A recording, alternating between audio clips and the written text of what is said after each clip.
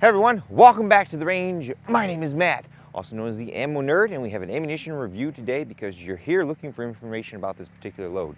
This is in 7.62x39mm. This is our Igman brass case 123 grain full metal jacket. In full transparency, I myself purchased this through Global Ordnance to test with no strings attached. I do have an active relationship with Global Ordnance, and from time to time I can make requests and get some ammunition. Let's throw this on the table and talk about what we're going to do today. For our 7.62x39 testing, we have two barrel lengths, a 10-inch and 16-inch, so we can gather our velocities. We'll step out to 50 and or 100 yards for a practical accuracy test. I have an M&M Industries M10X Gen 3 that should serve very well for trying to see what kind of accuracy we can obtain from this load. It's around 45 to 50 degrees outside today. We're using our Pro-Chrono Pal Digital DLX. There is some concern online whether this ammunition is corrosive because a lot of the import stuff seems to be occasionally someone slips some corrosive primers in the lot, and this particular lot that we have in our macros there, I did test and it came back as non-corrosive. Up first, we'll start with our shortest barrel length that we brought today. This is our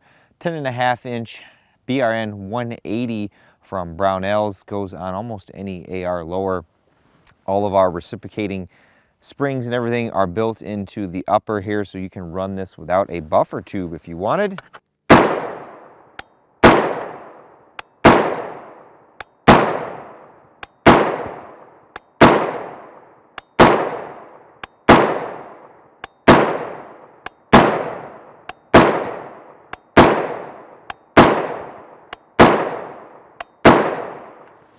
Got lock back there. I did detect a little bit of muzzle flash on there, but nothing too bad, and it's really actually kind of hard to see because the sun is blinding me as I'm talking.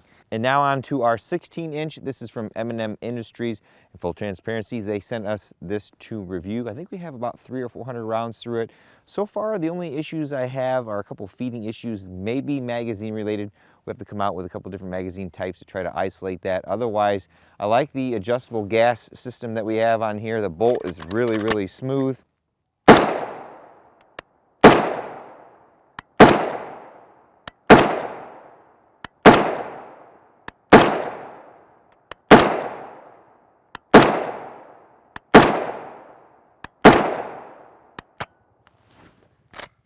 And that's all she wrote, folks. We will use this for the accuracy portion mainly because it has a nice rail all the way up top so we can actually solidly mount an optic to it. We're actually out on a different day for this 10.5-inch. This is my M92 PAP. This is actually the first gun that I SBR'd in the state of Michigan when they finally allowed us to have them. Very nice little setup here.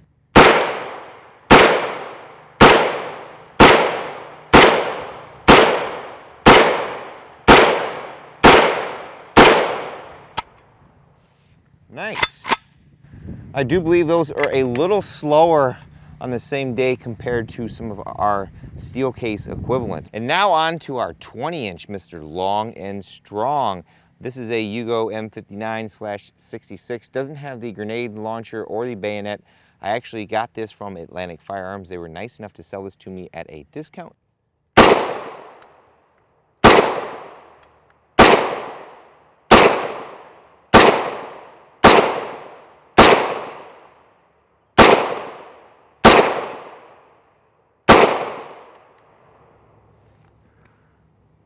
Not too shabby. We did miss the mark though compared to our steel case equivalents on the same day that we're seeing over 2,400 feet per second out of this 20-inch barrel. Here is our Igman brass case at 100 yards using the 16-inch M10X from M&M Industries.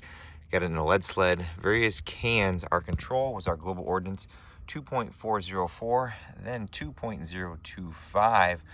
One of our first groups was 3.735 inches. For whatever reason, we get two very close, and then when we get three walkers, I wonder if there's getting too much heat in this system.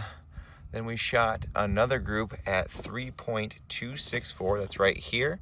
Then we fed only from the right side of the magazine with no suppressor on, 2.893 inches. Then down here, we only fed from the left side of the magazine with my little Form 1 kit, 2.194 inches. So it looks to be right around 2 to 3 MOA at 100 yards. Of course, your mileage may vary. It's around 50 to 55 degrees outside today. Well, folks, there you have it, a solid load from our Igman 7.62x39. We weren't the fastest of the bunch that we tested, but we did confirm in some separate videos that the primers are non-corrosive. They're sealed for long term. It is brass case and boxer prime, so if you're looking to reload 7.62x39 and you can't find any cases, if you bought some of this, you should be able to reuse those quite a few times to make up your loads. As far as accuracy goes, again, we didn't have anything spectacular out of the box, pretty much par for the course. With all that being said, it's time for me to get the heck out of here. But at the end of all of my videos, I take a moment to thank all those who helped me as possible, because there's a lot that goes into them. Number one is my son, Deacon. He came out here to help us today. He's actually carrying some of the guns down to the 100-yard marker to do some accuracy. Number two is my Patreon Subscribe Star and YouTube channel memberships. I have a little campsite link in the description below. Various different ways to support me through affiliate links or discount codes. As I mentioned, they earn me a sales commission that I use to put right back in the channel. And of course, number three is you all for watching. Until next time, I'll catch you at the range.